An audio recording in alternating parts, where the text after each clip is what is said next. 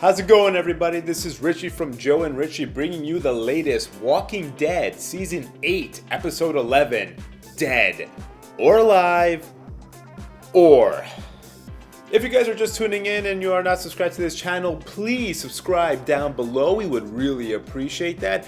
Joe would really appreciate that, considering that Joe couldn't be here today because he's out begging for subscriptions on the street. And you know what? I just don't know if it's working that well. No. Please subscribe down below. Alright, so we are pretty much 3 episodes in from the mid-season return. And I just have to say, I don't think I'm the only one feeling this.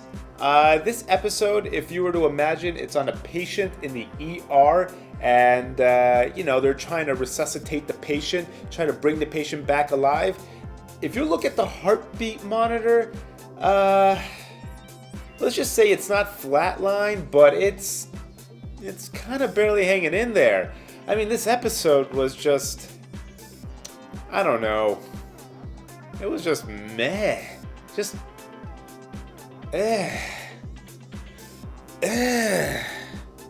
I see what you're trying to do, but So for this review, clearly spoilers coming up ahead.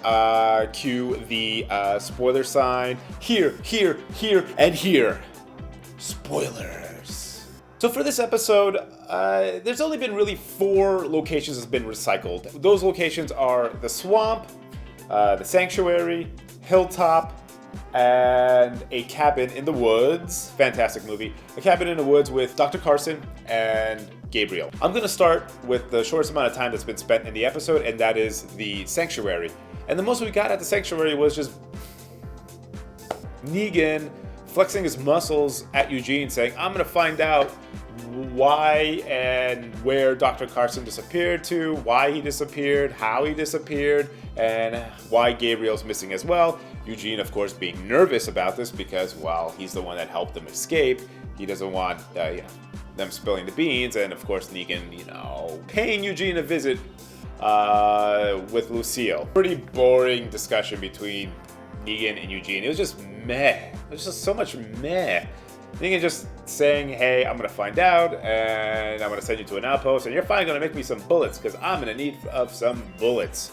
Because as you know, they spent all their ammunition practically trying to take down the Alexandrians, so they need to replenish their ammunition stockpile. We're at the swamp, which is one of the locations that gets recycled around through this episode, and we are seeing Tara, Dwight, Daryl, Rosita, the rest of the Alexandrians are just trying to make their way to the hilltop, and of course avoid being seen by the Saviors, who are making their way to the hilltop as well. So they had to figure out a way to get to the hilltop without being seen, and of course faster than the Saviors, who are on trucks. Well, Dwight had the idea to, I was tasked to map out the area to get to the hilltop, and we deemed that the swamp was too dangerous.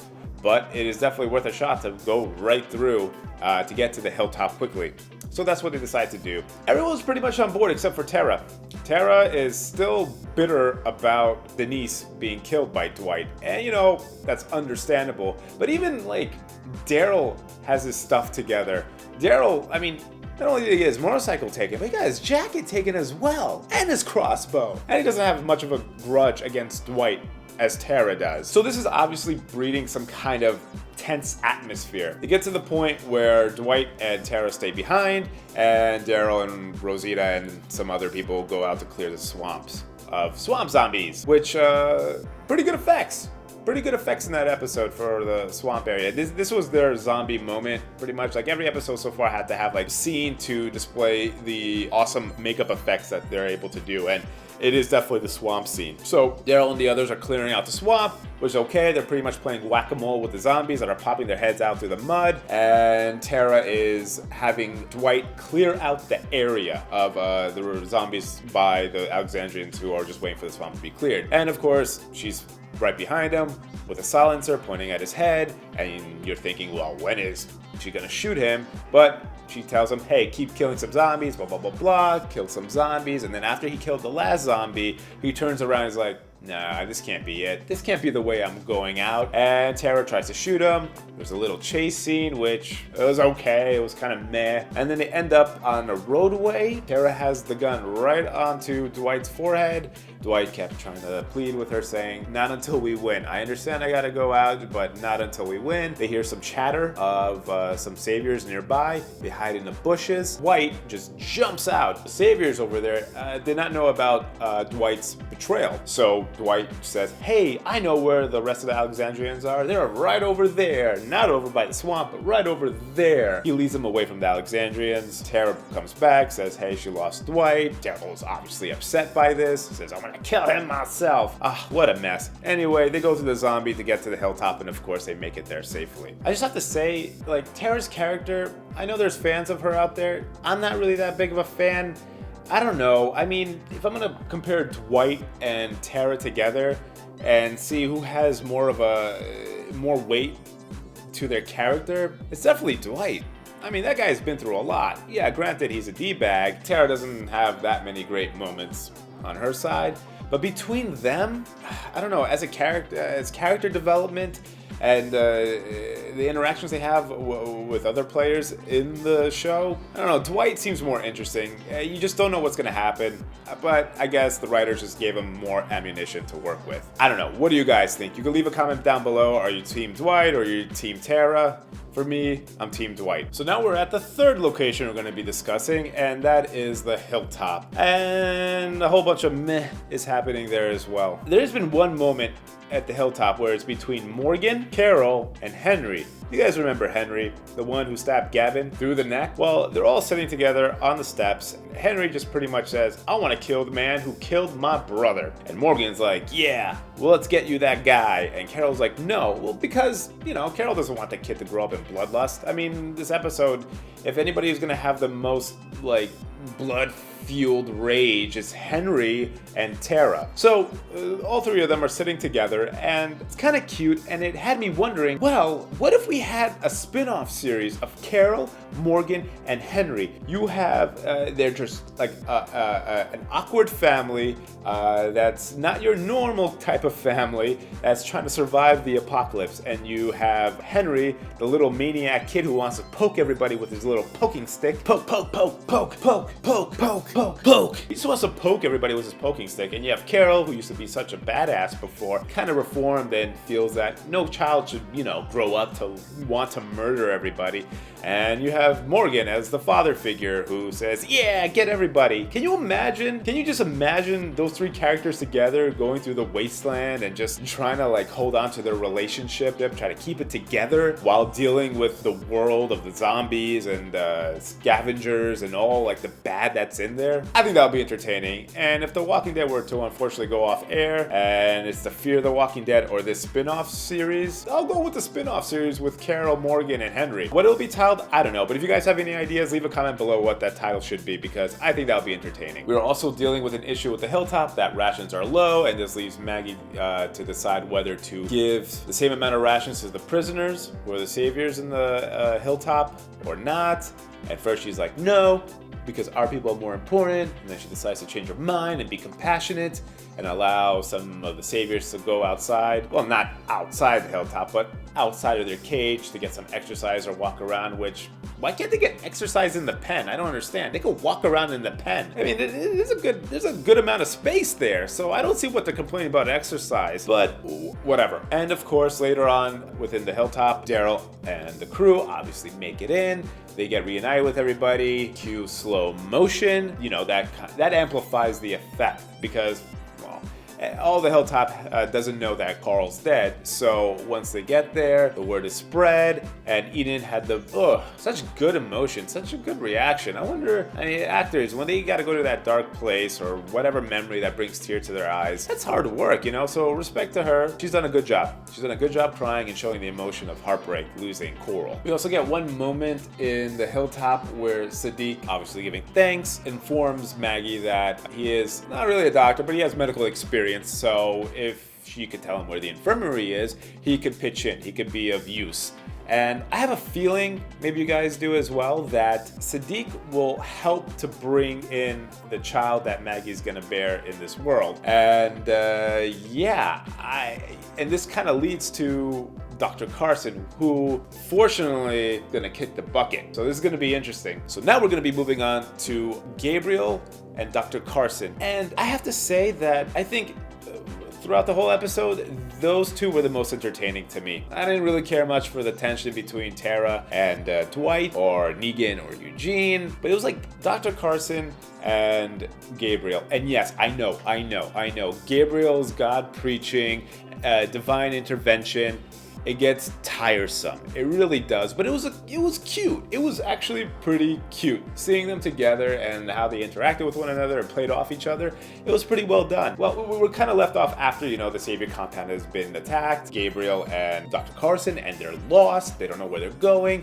So, unfortunately, Gabriel, from the infection he had, is starting to lose his eyesight. The infection somehow got to his eyes.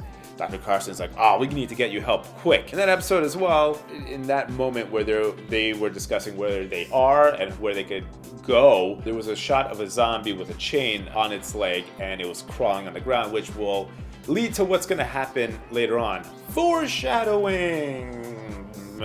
So, although Gabriel is losing his sight and he's getting tunnel vision, his sense of hearing is being amplified, and he hears some banging off in the distance. So he and Dr. Carson go investigate, and they find some cabin, and in that cabin there's some supplies, radio station, tower, whatever there. They found the owner of the place, who obviously committed suicide because no one's answering his calls. So they found the body of the owner of the cabin, and he put a bag over his head, but he turned into a zombie. So that's a horrible way to go out. And it kind of makes me wonder, like, everybody who committed suicide in that world, you're like stuck in that state of whatever you committed suicide in. So if you put a bag over your head, you suffocated, and you're just gonna have a bag over your head.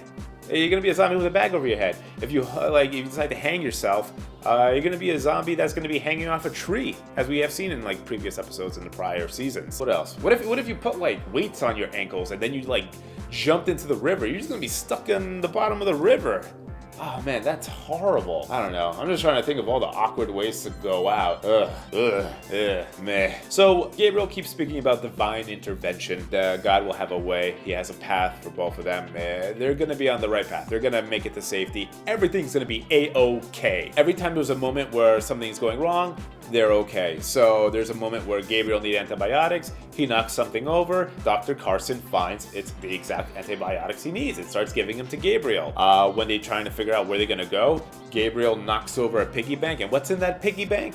Well, it's a map and car keys. Divine intervention! Yay!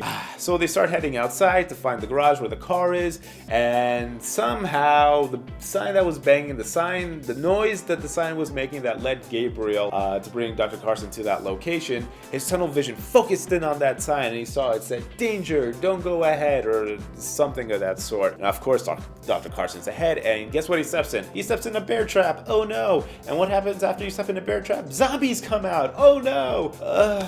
Whatever. So there's obviously a scuffle going on. Dr. Carson's not fit, and there's a moment where Gabriel grabs Dr. Carson's pistol and aims at the zombie above Dr. Carson, who's on the ground, and he's struggling with the zombie. And there's a moment where Gabriel just pretty much closes his eyes and fires a shot and gets a headshot on the zombie. Divine intervention number 3, I suppose. I don't know. It was meh. I don't know. I guess I'm just being more forgiving with those two characters because I don't know, I haven't seen them together before. You've always seen other characters together, Daryl and Carl, Negan and Gavin, or any of those guys. They're always like together, and it kind of gets boring. So this is like the first time we actually got to see them hang out and interact and how they'll survive the world together. And I thought that was really interesting, and it's really sad they couldn't explore that more because at least it was something different, honestly. At least it was something different. So Gabriel manages to take Gavin out of the bear trap, which is kind of interesting because a little earlier in the episode, we see a zombie crawling on the floor with a chain and had a bear trap, and it's from that same cabin in the woods. Well, Gabriel and Dr. Carson find the truck, they get in the truck, they start the truck, and then what comes out? Ooh, saviors, they found them. So they gather Dr. Carson and Gabriel, they put them in the back of a truck. Gabriel, through his tunnel vision, this is through Gabriel's point of view, he sees Dr. Gavin and he says, "Listen, God has a plan. There's a path for us. Everything is going to be a-okay. Dr. Carson decides to take the pistol from one of the saviors and tries to kill him, but he obviously gets shot. What is he thinking? I don't know. I think that's kind of like a lazy way to write him off, and they try to make it interesting through Gabriel's tunnel vision. Well, anyway, Dr. Carson's dead. So who's going to deliver Maggie's baby? Well, it's obviously going to be Siddiq. That's the way they worked it out, which is kind of interesting. So Carl did have a purpose. He died because he was saving Siddiq, and Siddiq happened to have some medical experience, and his medical experience is going to turn out to help Maggie in the end. So even though Dr. Carson is taken out, there's still someone there to help out Maggie. And of course, Gabriel's taken back to the Savior compound, where he meets Eugene, who's making bullets. And now that he doesn't have his sight, but he still has use of his hands, he is sorting the bullets. He is sorting the bullets that are going to be refilled with powder and capped off and be used to kill more Alexandrians. And that's just horrible. That's just horrible. Imagine you're trying to escape, you think you have God's plan, and then you get taken back to hell. And not only are you taken back to hell, you're going to be helping create the weapons, the ammunition that's going to pretty much be made to kill your friends. I don't know, that worked out well. Oh, and since since we discussed crying before with Enid, Gabriel is a really good crier. I mean, there's some actors who are just ugly criers.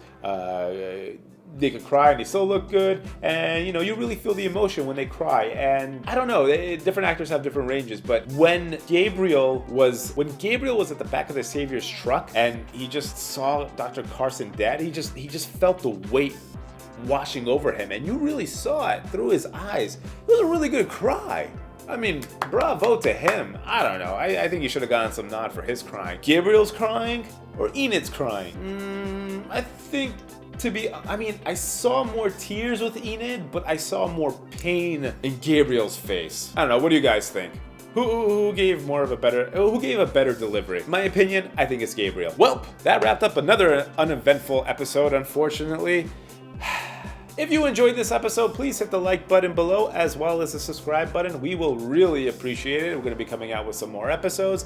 If there's anything you guys like to add to this video, anything that needs to be discussed, anything that needs to go into further detail, please do let me know. As a community, let's talk to one another, because that's what human beings do, I guess, over the internet. They just tip tap tap tap tip tip tip tap tap away.